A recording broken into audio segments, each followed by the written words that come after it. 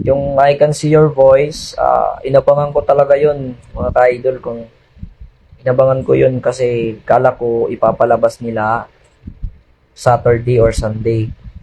So sabi nila hindi pa daw yun may papalabas kasi naka-line up daw yun, sabi nila. So kapag nandun ako sa hanggang ngayon inaabangan ko, Sabado, Linggo, inaabangan ko yung I Can See Your Voice. So gusto ko makita doon. Grabe nakakatawa talaga doon. Yung experience ko sa I Can See Your Voice, ang saya, parang naglaro lang kami doon. Naglaro lang talaga. Nandun po, shout out, nandun po si Ma'am Lynn Pagsinuhin doon.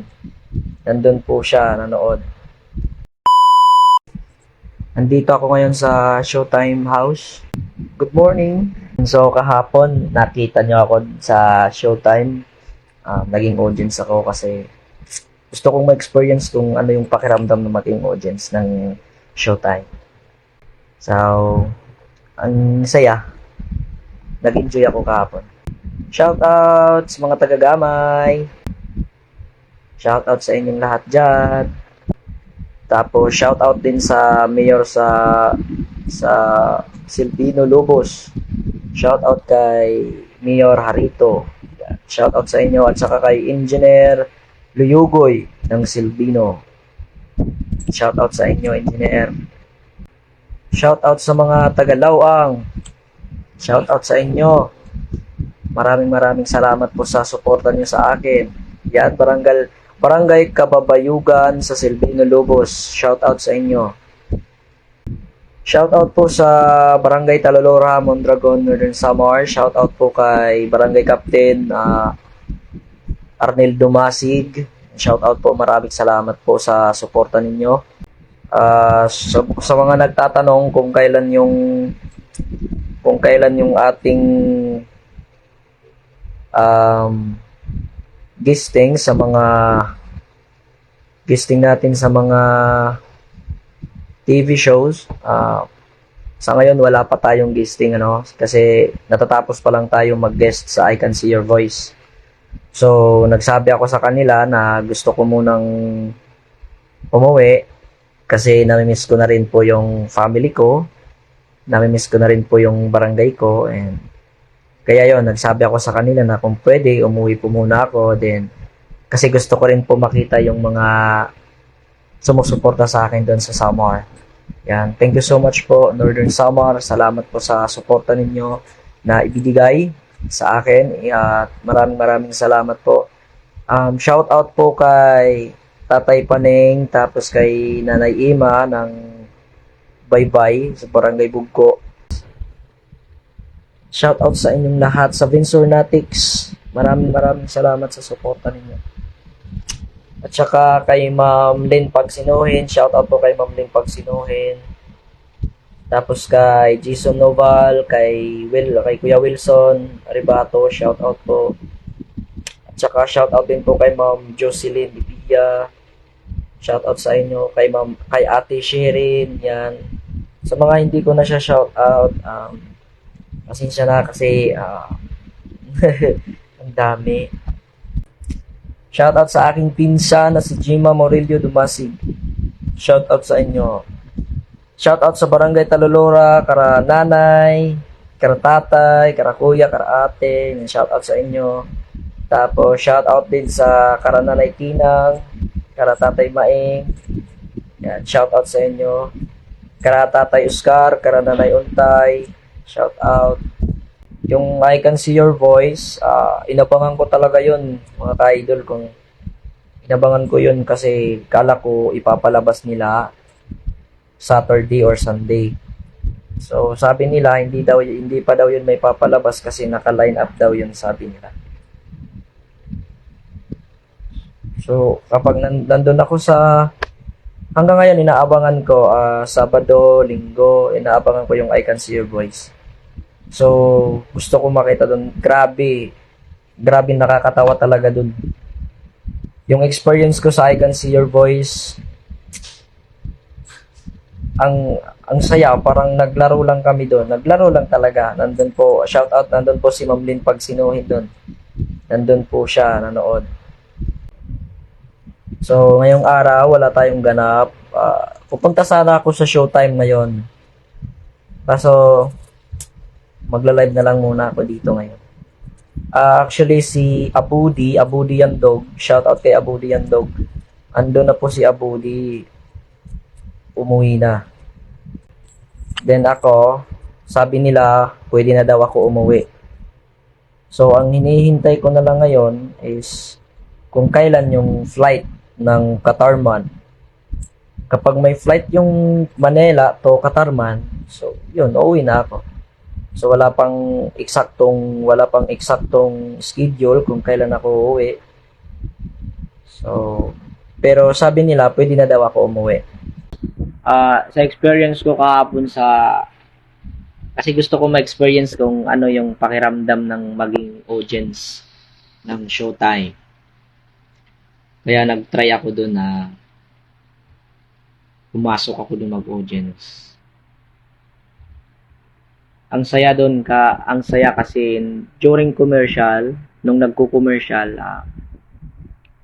kinakausap ako nila Kois Jong, nila Kois Bong, kinakausap ako nila Mimi Vice, kinausap ako ni Ate Karil, kinausap ako ni sino pa yung kumausap sa akin? Si Ryan Bang, kinausap ako. Parang napakaganda kahapon ng araw ko, nakausap ko sila. Tsaka yung parang normal na lang sa akin yung makipag-usap sa kanila. Medyo nahihiya pa nga ako makipag-usap kasi syempre mga artista yun. Tsaka nagpapasalamat din po ako kay Sir Jed Madela kasi in-invite ako niya sa kanyang GC. Kasali na po ako sa GC ni Idol Jed Madela. Kasali na po ako. Congratulate po ako nila. Thank you po, Sir Jade.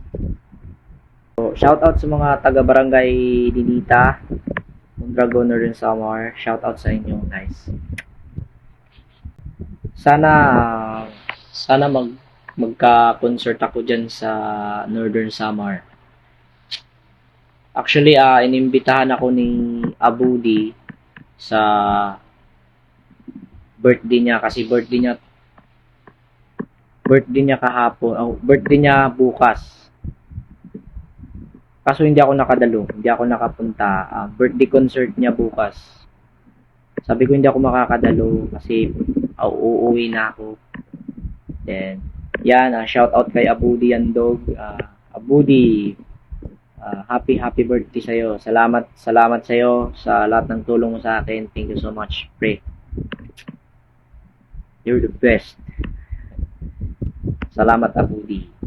Nung nag-guest ako sa I Can See Your Voice, ang audience ko si Abudi. Nung nag-guest naman siya sa Showtime, ako naman yung audience niya. So nagpapalit-palitan lang kami kung sino yung may guest. Palagi kami magkasama pa rin. Pero kung sino yung guest, audience yung isa. So parang magkasama na din kami. At bakit lahat ay nag-iba? Maaaring ipagsabihin mo na. Next week na ako umuwi. Actually, sinabi ko na sa Showtime na gusto ko bukas. Gusto ko na talaga umuwi bukas, sabi ko. Kasi kahapon nag-chat sa akin na pwede na daw umuwi, pwede na muna umuwi. Sabi ko, tinanong ako, kailan ka namin i-book? Sabi ko, Thursday, bali bukas, gusto ko talaga bukas umuwi. Kaso hindi pa siya nagre-reply kasi inaalam pa nila kung mayroon flight yung Manila to Katarman. So, excited na akong umuwi. Sa lahat ng mga taga Northern Samar dyan, salamat sa suporta niyo. So, baka mag-chat na mamaya sa akin yung showtime kung sino yung, kung kailan ako pwede na umuwi. Yon, nakita ko kahapon ni Abudi kasi nagliligpit siya. Tapos nagliligpit na rin ako kasi pwede na ako umuwi. Nakita ni Abudi na problemado ko kahapon kasi ang dami kong dala, ang dami kong damit.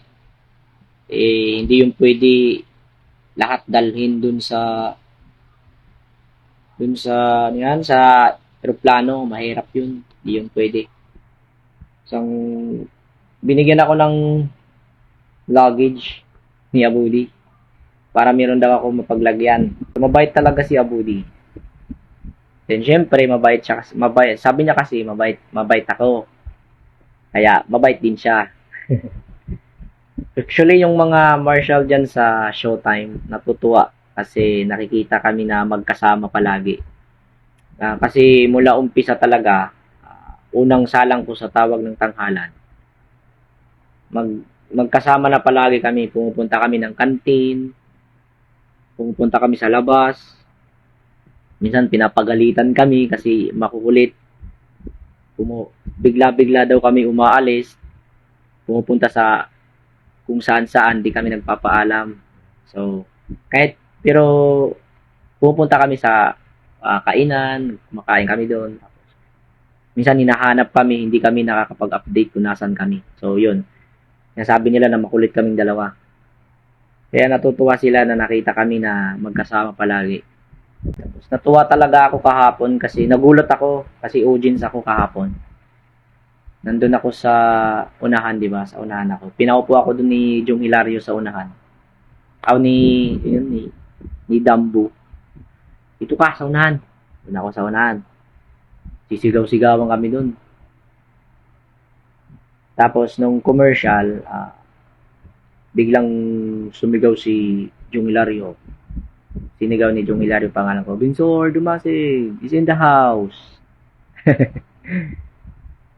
Tapos si Ate Karil yun. Kinausap ako nila. Parang normal na lang. Ang saya. Parang normal ko na lang sila na nakakausap. Hindi tulad dati na hindi ako makalapit. Hindi tulad dati na nahihiya ako. Ngayon, syempre nahihiya pa rin kasi syempre mga artista yun. Pero kahapon iba talaga. Parang kaibigan na. Parang hindi na ako naiilang makipag-usap sa kanila. Yung gusto ko nga dalhin yung jacket ni Jong Hilario kasi dinala ko dito. Gusto ko paperbahan kay Jong. Gusto ko mag-signature siya.